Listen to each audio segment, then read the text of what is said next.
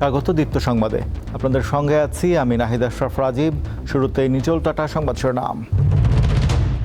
৮৭টি উপজেলায় চলছে ভোট। চট্টগ্রামে প্রিজাইডিং অফিসার আটক, সুনামগঞ্জে এজেন্টের সাজা। অস্ত্র নয়, মানুষের কল্যাণে অর্থ ব্যয় করুন, জাতিসংঘ শান্তিরক্ষী দিবসের অনুষ্ঠানে প্রধানমন্ত্রীর ডাক। গাজার রাফা শরণার্থী শিবিরে স্থল অভিযানের সঙ্গে ইসরায়েলের বিমান হামলা, নিহত অন্তত ২১।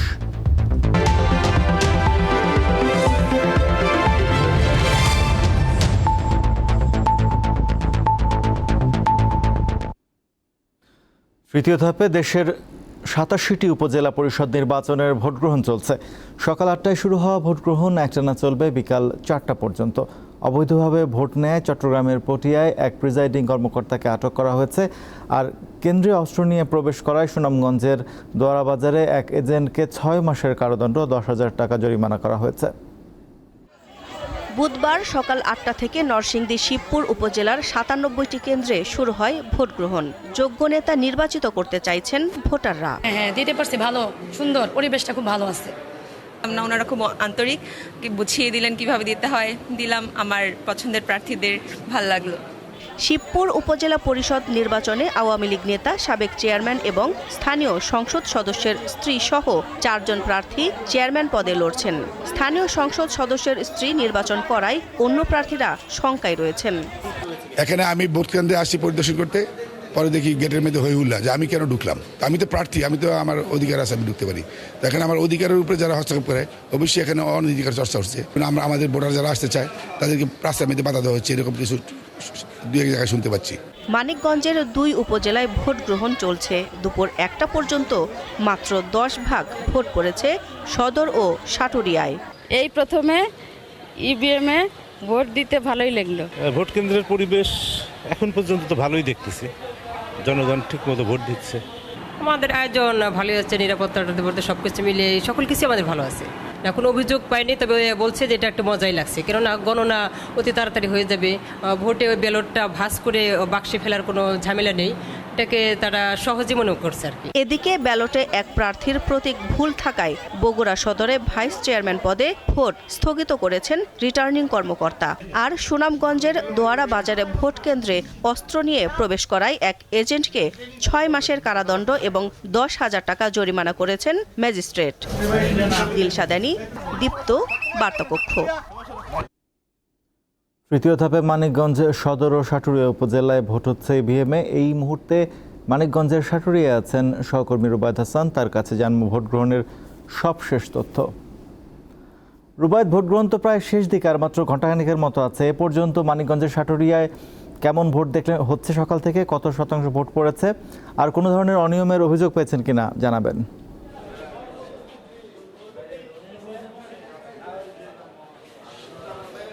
৭ ঘন্টার ভোট শেষ রাজীব। এখন আর মাত্র ১টি ঘন্টা বাকি রয়েছে, কিন্তু যে বিষয়টি চোখে পড়েছে, ৪,৩০,০০০ ভোটার ২ উপজেলা মিলিয়ে, কিন্তু ভোট পড়ার হার ১৫% কিছু উপরে হতে পারে, এমনটাই আসলে নির্বাচন পর্যবেক্ষক যারা রয়েছে, একই সঙ্গে যারা নির্বাচন পরিচালনা করছেন তারা বলছেন। ভোটারের উপস্থিতি একদমই দিনভরে চোখে পড়েনি। সকাল থেকে যখন এই নির্বাচনটি আমরা কাভার করতে এসেছি, এই ভোট কেন্দ্রগুলোতে যে কক্ষ রয়েছে, সেই কক্ষের যদি এখনকার বার্তা দেই, এই কক্ষে ভোট সংখ্যা ৩৩১টি। এখন পর্যন্ত ভোট পড়েছে ১৪৭টি, অর্থাৎ ৫০% ভোট এখন পর্যন্ত পড়েনি। একটি কক্ষের হিসাব দিচ্ছি আপনাকে। এটি একটি পুরুষ কেন্দ্র। পুরুষদের বেলা বাড়ার সাথে সাথে খানিকটা এই ভোটে অংশগ্রহণের হার বেড়েছে, তবে নারীদের উপস্থিতি বেলা বাড়ার সাথে সাথে খানিকটা কমেছে। সকালের দিকে কিছু কেন্দ্রে আমি দেখেছি যে নারীদের উপস্থিতি বেশ ভালোই ছিল। এই মুহূর্তে একজন পুরুষ ভোটার ভোট দিচ্ছেন। কিন্তু চোখে পড়ার মতো বিষয় হচ্ছে যে যারা নির্বাচন পরিচালনা করছেন তারা বলছেন তাদের আয়োজন, আইন শৃঙ্খলা পরিস্থিতি, এবং আমরাও ক্যামেরার লেন্সে ধারণ করবার চেষ্টা করেছি, সব কিছুই আসলে সুন্দর আয়োজন ছিল, কিন্তু যারা আসলে জনমত প্রদান করবেন সেই ভোটারদের দেখা মেলেনি দিনভর। এইভাবে নির্বাচনী কর্মকর্তারা বলছেন যে 15 থেকে 20% মধ্যে এই মানিকগঞ্জের 2 উপজেলায় আসলে ভোট পড়বে বলে সারাদিনে তারা ধারণা করছেন। তবে 170 কেন্দ্রের সবগুলো কেন্দ্রেই ইভিএমে ভোট হচ্ছে, তাই এই ভোট গণনা খুব চটজলদি করতে পারবেন নির্বাচনী কর্মকর্তারা, এমন আভাস দিচ্ছেন। সব মিলে বলা যায় যে শান্তিপূর্ণ পরিবেশে ভোট হচ্ছে, তবে ভোটারের দেখা মেলেনি। আর 1 ঘন্টারও কম সময় বাকি আছে ভোটের। রুবেদ, আপনাকে ধন্যবাদ। এবার আমরা চলে যাব বগুড়ায়। সেখানে সদর উপজেলা পরিষদ নির্বাচনে ভোট কেন্দ্র থেকে এজেন্টদের বের করে দেওয়ার অভিযোগ করেছেন 2 জন চেয়ারম্যান প্রার্থী। এ বিষয়ে বিস্তারিত জানাতে বগুড়া থেকে যোগ দিচ্ছেন সহকর্মী SM আবু সাইদ। সাইদ, 2 চেয়ারম্যান প্রার্থীর অভিযোগ নিয়ে রিটার্নিং কর্মকর্তা কি বলছেন, আর ভাইস চেয়ারম্যান পদে ভোটে স্থগিত হওয়ার কারণটা কি? জি রাজীব, আপনাকে ধন্যবাদ। 2 চেয়ারম্যান প্রার্থী, বর্তমান উপজেলা চেয়ারম্যান এবং সদর উপজেলা আওয়ামী লীগের নেতা জনাব আবু সুফিয়ান শফিক এবং জেলা আওয়ামী লীগের নেতা সুলতান মাহমুদ খান রনি, এই 2 জন প্রার্থী কিন্তু সরাসরি তার প্রতিপক্ষ প্রার্থী অর্থাৎ জেলা যুবলীগের সভাপতি শুভাশিস পোদ্দার লিটন তার লোকজনের ব্যাপারে অভিযোগ করেছেন যে তার কর্মী সমর্থকরা এবং এজেন্টরা কেন্দ্রে গেলে তাদেরকে সেখান থেকে বের করে দিয়েছেন এবং তারা কেন্দ্রে ঢুকতে পারেনি।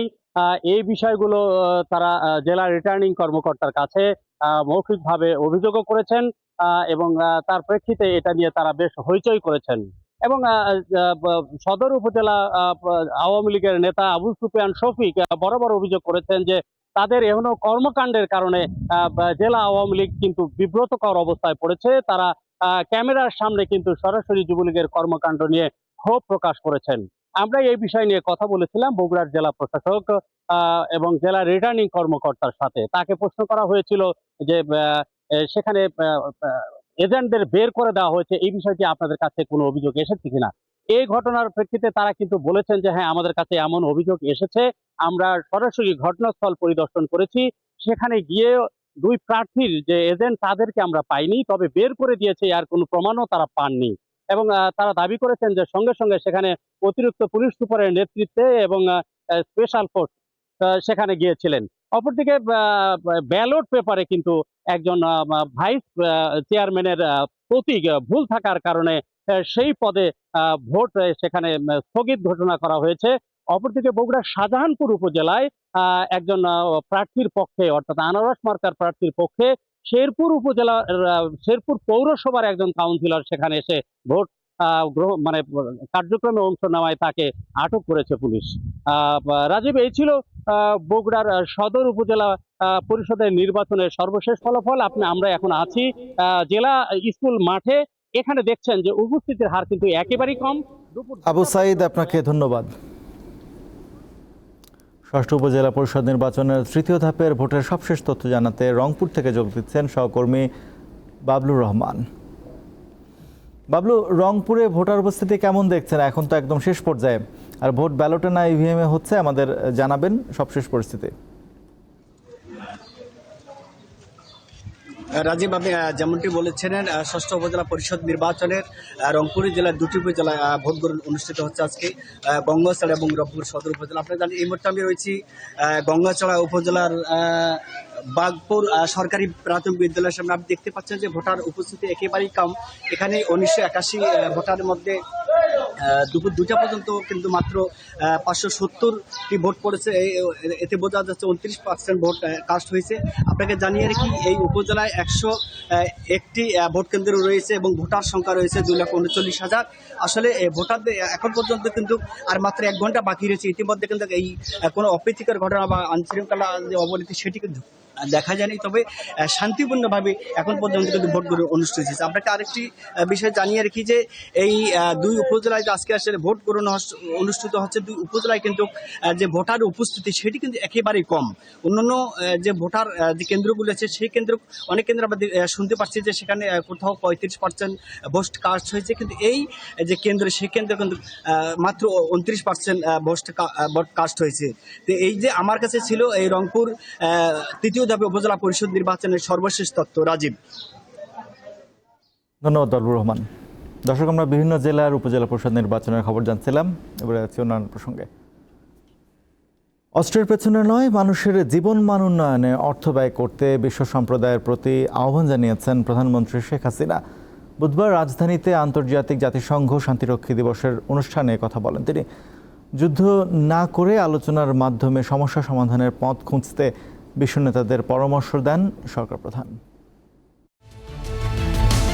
যুদ্ধ, দাঙ্গা হাঙ্গামা ও প্রাকৃতিক দুর্যোগে বিপর্যস্ত বিভিন্ন দেশে শান্তি ফিরিয়ে আনা ও মানবিক সহায়তা দিতে দীর্ঘ 4 দশক ধরে জাতিসংঘ মিশনে কাজ করছে বাংলাদেশের শান্তিরক্ষা বাহিনী। বর্তমানে 13টি দেশে বাংলাদেশের মোট 6092 জন শান্তিরক্ষী দায়িত্ব পালন করছেন। জাতিসংঘ শান্তিরক্ষা মিশনে অংশগ্রহণকারীদের অসামান্য অবদান স্মরণ করতে প্রতিবছর পালন করা হয় আন্তর্জাতিক জাতিসংঘ শান্তিরক্ষী দিবস। বুধবার রাজধানীর বঙ্গবন্ধু আন্তর্জাতিক সম্মেলন কেন্দ্রে দিবসটির অনুষ্ঠানে যোগ দেন প্রধানমন্ত্রী শেখ হাসিনা। 3 জন আহত শান্তিরক্ষীর হাতে সম্মাননা তুলে দেন বঙ্গবন্ধু কন্যা। বাংলাদেশের শান্তিরক্ষীরা প্রশংসার সাথে দায়িত্ব পালন করছে উল্লেখ করে প্রধানমন্ত্রী বলেন, বিশ্বে শান্তি প্রতিষ্ঠায় বাংলাদেশ এখন রোল মডেল।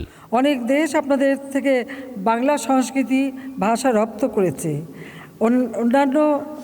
আপনারা অন্যান্য দেশের সহযোগী শান্তিরক্ষীদেরও শ্রদ্ধা ও আস্থা অর্জন করেন। আর সর্বোপরি আমাদের পেশাদারিত্ব, দক্ষতা, নিষ্ঠা বিশ্ব শান্তি রক্ষায় অনুকরণীয় দৃষ্টান্ত স্থাপন করেছে। বিশ্বের বিভিন্ন স্থানে চলা যুদ্ধ মানবজাতির কোনো কল্যাণ আনছে না বলে বিশ্ববাসীকে আবারও স্মরণ করিয়ে দেন বাংলাদেশের সরকার প্রধান। যারা অস্ত্র তৈরি এবং অস্ত্র প্রতিযোগিতায় এত অর্থ ব্যয় করছেন তাদের কাছে আমার আহ্বান, আমরা শান্তির কথা বলি কিন্তু সংঘাতে লিপ্ত হই কেন? এই যে অর্থ ব্যয় হচ্ছে, এই অর্থ যদি এই যে ক্ষুধার্ত মানুষের আহারের ব্যবস্থা, শিক্ষার ব্যবস্থা, চিকিৎসার ব্যবস্থা করা হতো, তাহলে এই পৃথিবীতে শান্তি প্রতিষ্ঠিত হতো, মানুষের জীবনমান উন্নত হতো, মানুষ সুন্দরভাবে বাঁচতে পারত। পরে ভিডিও কনফারেন্সের মাধ্যমে বিশ্বের বিভিন্ন দেশে পালনরত বাংলাদেশের শান্তিরক্ষীদের সাথে কথা বলেন প্রধানমন্ত্রী শেখ হাসিনা। এমনি আপনাদের কোনো অসুবিধা আছে ওখানে? কোনো রকম সমস্যা দেখা দিচ্ছে? কোনো সমস্যা? না স্যার, আমরা ভালো আছি, আমাদের কোনো অসুবিধা হচ্ছে না। নাজমুল হোসেন, দীপ্ত সংবাদ, ঢাকা। 7 রিং সিমেন্টের ঢাকা প্ল্যান্টের ডিলার কনফারেন্স অনুষ্ঠিত হয়েছে। বন্ধন বিজয়ের স্লোগানকে প্রতিপাদ্য করে সম্প্রতি হবিগঞ্জের একটি রিসোর্টে এই সম্মেলন অনুষ্ঠিত হয়। 3 দিনব্যাপী এই সম্মেলনে ঢাকা প্ল্যান্টের 180 জন পরিবেশক অংশ নেন। অনুষ্ঠানে সেরা পরিবেশকদের বিশেষ পারফরমেন্স পুরস্কার দেওয়া হয়। 7 রিং সিমেন্টের ব্যবস্থাপনা পরিচালক তাহমিনা আহমেদ, ভাইস চেয়ারম্যান শেখ রায়হান আহমেদ, হংকংয়ের শুনসিং গ্রুপের পরিচালক সাজ্জিদ জয় পাশা, সঞ্জিদা কামাল পাশা ও Saif Rahman, company secretary Kausar Alam, chief marketing officer Harunur Rashid, chief technical officer Nantu Kumar Dey এবং chief operating officer Kamrul Ahsan অনুষ্ঠানে উপস্থিত ছিলেন। ওয়ালটনের ফ্রিজ কিস্তিতে কিনে 10 লাখ টাকা জিতেছেন রাজধানীর ড্যামরার হালিমা আক্তার। সোমবার রাজধানীর ড্যামরায় MS টাওয়ারে ওয়ালটন প্লাজায় আয়োজিত অনুষ্ঠানে ননস্টপ মিলিয়নিয়ার হওয়ার কাতারে যুক্ত হওয়া হালিমা আক্তার দীপুর হাতে 10 লাখ টাকার চেক তুলে দেন ওয়ালটন হাইটেক ইন্ডাস্ট্রিজের সিনিয়র এক্সিকিউটিভ ডিরেক্টর চিত্রনায়ক আমিন খান। সারা দেশে চলমান ডিজিটাল ক্যাম্পেইন সিজন 20-র আওতায় কিস্তি সুবিধায় ওয়ালটন ফ্রিজ কিনে 38তম মিলিয়নিয়ার হয়েছেন তিনি। আসন্ন ঈদ উৎসবকে কেন্দ্র করে দেশব্যাপী চলছে ওয়ালটনের ডিজিটাল ক্যাম্পেইন সিজন 20।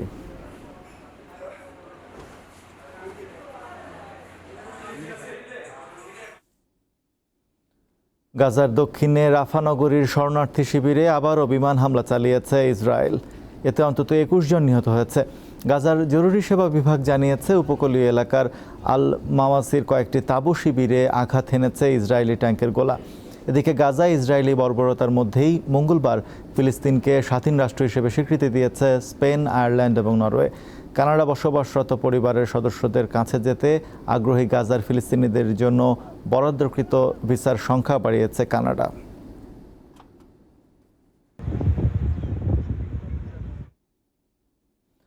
দলে থাকা ক্রিকেটাররা নিজের ভূমিকা সঠিকভাবে পালন করলে বিশ্বকাপে ভালো করা সম্ভব বলে মনে করেন অধিনায়ক নাজমুল হোসেন শান্ত। আসন্ন বিশ্বকাপকে সামনে রেখে নিজের মতামত দিতে গিয়ে তিনি একথা বলেন। প্লেয়াররাও চায় বাংলাদেশ টিম কাপ জিতুক, সব থেকে বড় যেই গোলটা। বাট আমার কাছে ক্যাপ্টেন হিসেবে যে জিনিসটা ইম্পর্টেন্ট, আমরা আমাদের প্রিপারেশন ঠিক মতো নিয়েছি কিনা, আমাদের ছোট ছোট কাজগুলা করছি কিনা, আমাদের প্রসেসটা ঠিক আছে কিনা, এই জিনিসগুলো যদি আমরা ঠিকভাবে করতে পারি, আমাদের এই জিনিসটা যদি আমরা মেনটেন করতে পারি, প্রত্যেকটা ম্যাচে আমাদের স্ট্রেংথ অনুযায়ী খেলতে পারি, result will come. So outcome নিয়ে খুব একটা চিন্তা নেই, ছোট ছোট জিনিসগুলো যেন আমরা ঠিক করতে পারি। শেষ করবো দীপ্ত সংবাদ, তার আগে নিটল টাটা সংবাদ শিরোনাম জানাবো আরও একবার। 87টি উপজেলায় চলছে ভোট, চট্টগ্রামের প্রিজাইডিং অফিসার আটক, সুনামগঞ্জে এজেন্টের সাজা। অস্ত্র নয়, মানুষের কল্যাণে অর্থ ব্যয় করুন, জাতিসংঘ শান্তিরক্ষী দিবসের অনুষ্ঠানে প্রধানমন্ত্রীর ডাক। গাজার রাফা শরণার্থী শিবিরে স্থল অভিযানের সঙ্গে ইসরায়েলের বিমান হামলা, নিহত অন্তত 21।